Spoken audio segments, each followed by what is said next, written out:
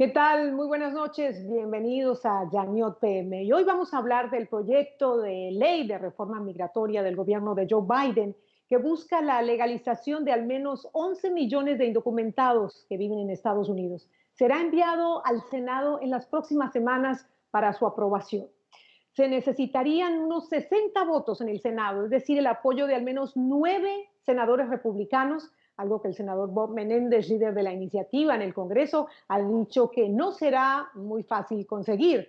Por su parte, Marco Rubio, el senador republicano por la Florida, ya dijo que no va a apoyar este proyecto, lo denominó una amnistía generalizada.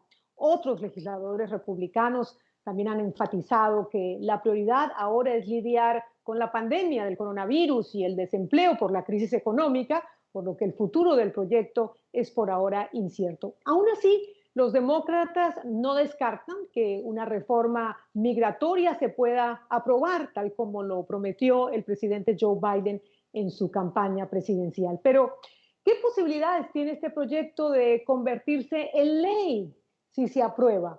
¿Qué requisitos se deben cumplir y a quiénes, a qué personas beneficiaría? Para hablar de este tema, del proyecto de ley y lo que se espera con esta reforma para millones de inmigrantes en Estados Unidos, nos acompaña desde la ciudad de Chicago el representante a la Cámara Federal, Jesús Chuy García, congresista por Illinois. Bienvenido, representante García. Gracias por estar con nosotros aquí en Yaniot PM. Muy buenas noches, un placer acompañarlos. La propuesta de el presidente Biden cumple una de las promesas hechas durante su campaña para la presidencia. Es un paso muy positivo. Pretende lidiar con el reto de los 11 millones de indocumentados. Incluye a los jóvenes DACA, a la gente que tiene la protección temporal, muchos de ellos de Centroamérica, y posiblemente pudiese incluir a otro grupo de inmigrantes, a trabajadores de la agricultura, muy importantes, ahora más apreciados por el pueblo norteamericano, porque sin ellos no podemos comer, no podemos gozar de nuestras ensaladas, de las frutas, etcétera. Entonces vivimos en tiempos muy interesantes. Creo que hay buenas posibilidades que se pueda lograr cuando menos un compromiso de esos grupos y también a través de acciones ejecutivas como las que ha iniciado el presidente, se puede seguir protegiendo al resto de la comunidad inmigrante sin documentos en Estados Unidos. En líneas generales, congresista, cuéntenos qué ofrece esta reforma migratoria aparte de lo que usted nos acaba de explicar, beneficios para los jóvenes soñadores, para las personas que trabajan en la agricultura, pero para la gente promedio, ¿cómo se beneficiarían? ¿Qué cambiaría si es aprobada la reforma? Bueno, es un tremendo empiezo para mucha gente que no tiene ninguna otra vía para la legalización. En primer lugar, el presidente está reconociendo el papel que juega la comunidad trabajadora inmigrante en los Estados Unidos, que muchos de ellos son trabajadores esenciales. Se busca permitir a todos lograr la residencia permanente, después la ciudadanía, pero es un gran reconocimiento, especialmente en comparación a los ataques del presidente Trump durante los 4 años que él estuvo en la presidencia, toda la retórica anti-inmigrante.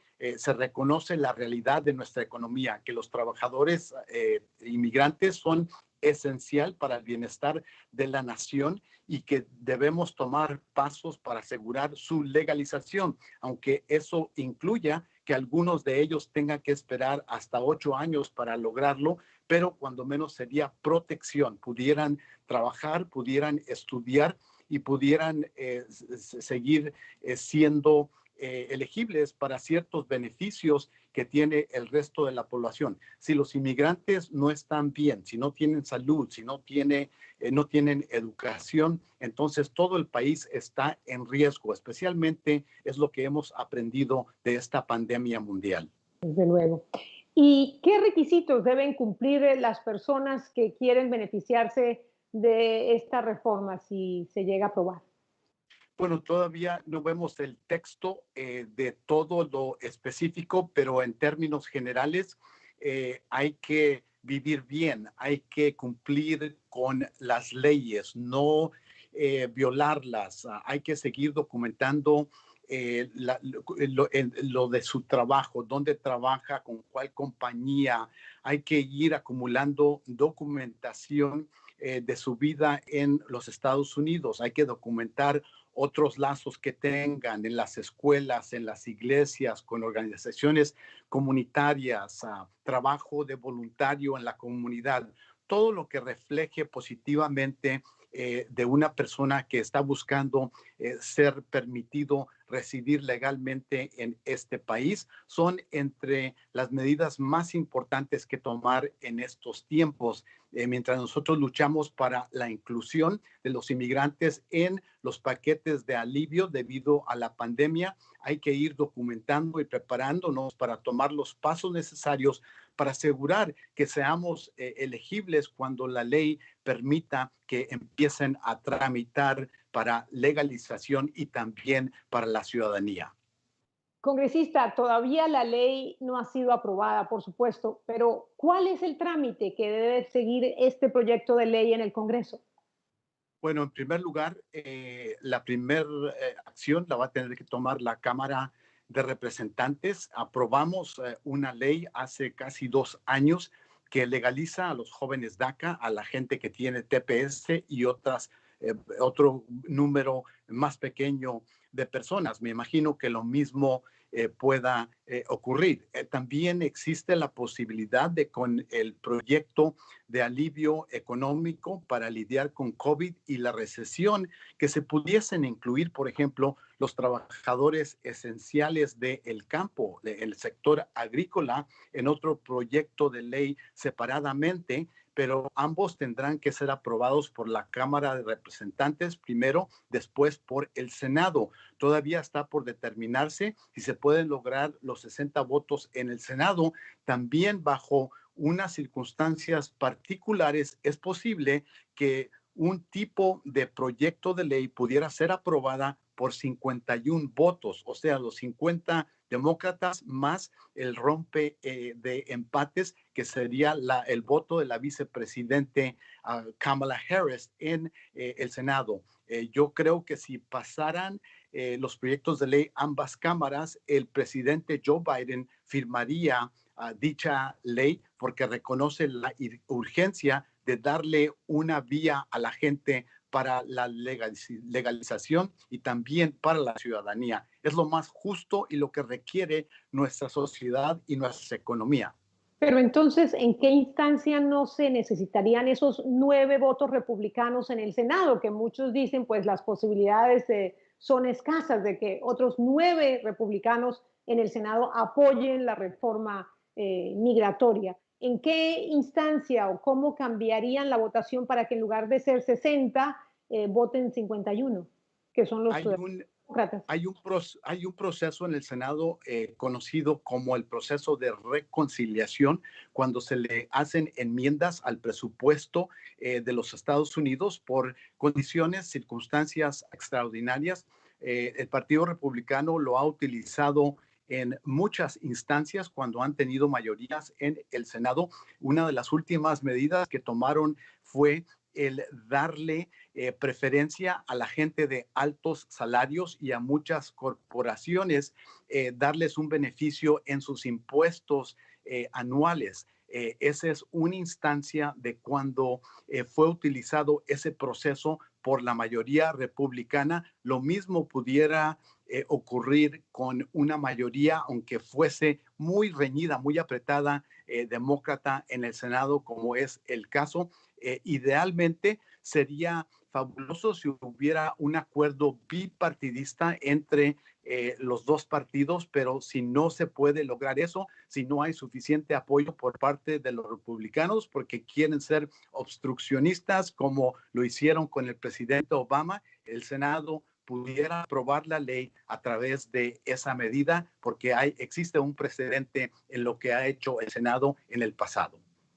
Pensemos en el peor escenario, que no logren, ¿no?, aprobar esa ley para que los votos necesarios sean menos, lo puedan aprobar solo con los votos demócratas.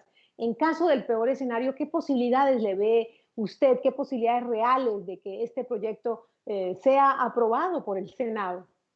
Bueno, sería más difícil que el proyecto a la escala que ha propuesto el presidente Biden lograra el apoyo de el Senado, pero creo que unas partes de esa propuesta, como lo son la clase de jóvenes DACA, la gente que tiene la protección TPS y trabajadores esenciales, pudieran ser aprobados. Se reconoce que esas personas ya han sido aprobadas por la Cámara de Representantes, que acción sobre esa aprobación fue bloqueada por Mitch McConnell cuando tuvo una mayoría republicana en el Senado.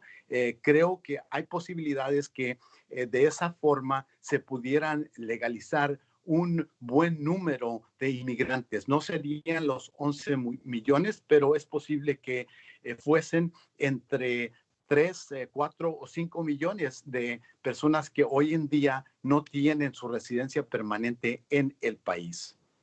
Bueno, el proyecto de ley, como usted muy bien lo adelantaba, permitiría a los inmigrantes indocumentados que llegaron a Estados Unidos antes del 1 de enero de este año, es decir, del 2021, solicitar un estatus legal temporal y después de pasar algunas verificaciones de antecedentes criminales y del pago de impuestos, pues aspirar obviamente a este beneficio. Pero esta semana, congresista, un juez federal de Texas anuló la orden ejecutiva del presidente Biden de suspender las deportaciones de algunas personas por 100 días. ¿Cree usted que este es como un indicio de lo que le espera al nuevo gobierno en materia de inmigración? Eh, el Partido Republicano en el estado de Texas ha tenido un sentimiento pronunciado muy anti-inmigrante por mucho tiempo. La acción que tomó el procurador del estado de Texas y la decisión que brindó el magistrado federal inicia la batalla legal para determinar la legalidad de la acción ejecutiva del presidente, así como la acción ejecutiva del presidente Obama que estableció DACA. Creo yo que el presidente Biden tiene firmeza constitucional para la acción que tomó con respecto a esta moratoria, aunque el juez temporalmente ha suspendido su aplicación.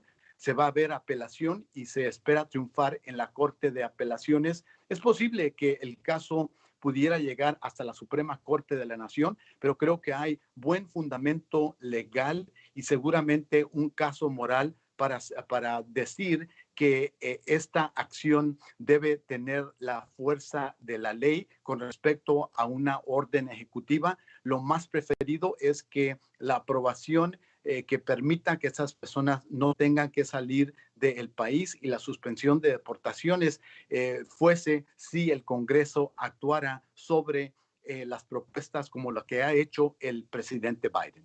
Y por último, congresista, ¿por qué cree usted que existen tantas oposiciones del lado republicano a una reforma migratoria y a detener las deportaciones y a esta nueva política que quiere implementar en materia de migración el gobierno de Joe Biden? No es ningún secreto que el expresidente Trump ejerce gran influencia y control del Partido Republicano. Lo temen, le tienen miedo. Los gobernadores, los senadores, los representantes en la Cámara de Representantes en los Estados Unidos, muchos otros políticos republicanos, porque no encuentran la fortaleza de reconocer la realidad que los inmigrantes son un gran beneficio para esta nación, contribuyen inmensamente, aún para programas para los cuales no son elegibles. El Seguro Social, el Medicare, el Medicaid, pagan impuestos en gran números, en gran cantidades anualmente, contribuyen al bienestar del resto de la población. Lo más justo es darles una vía a la legalización. Los estados de Texas y la Florida se distinguen por ser entre los más anti-inmigrantes hasta ahora, pero es por el temor, porque Donald Trump ha logrado crear un estado xenofóbico donde el partido se siente comprometido a apoyarlo a cualquier costo. Lo que el partido tiene que decidir es si eso le va a permitir lograr más apoyo entre los latinos y otros grupos inmigrantes en los Estados Unidos, o si va a hacer lo correcto y reconocer el gran papel que juega el pueblo trabajador inmigrante en los Estados Unidos, en particular el componente más grande que es la comunidad latina trabajadora que contribuye tanto a los Estados Unidos de América. Desde luego que sí. Bueno, se abre un gran compás de espera, se abre una época de expectativa y de muchísima esperanza para millones de inmigrantes indocumentados que viven en Estados Unidos. Congresista García, gracias de nuevo por estar con nosotros esta noche aquí en Yaniot PM. Es mi placer. Gracias a ustedes. Hasta la próxima. Bueno. Muy buenas noches. Pues. ¿Y ahora qué? Bueno, de aprobarse esta reforma migratoria, al menos 11 millones de indocumentados estarían saliendo de las sombras y logrando la posibilidad de obtener trabajos mejor remunerados, trabajos dignos. Además, podrían generar aportes al sistema de seguridad social y, lógicamente, pagar impuestos, lo que sería vital para la recuperación económica de este país. Los beneficiarios de DACA, ya lo escuchamos, el congresista García lo explicó, los inmigrantes protegidos por un estatus de protección temporal como el TPS y los trabajadores esenciales también accederían directamente a la tarjeta de residencia de acuerdo con el plan propuesto por el gobierno. Se habla además de la cancelación del programa de protección de inmigrantes con el que se han devuelto a México a más de 62,000 personas que pidieron asilo político.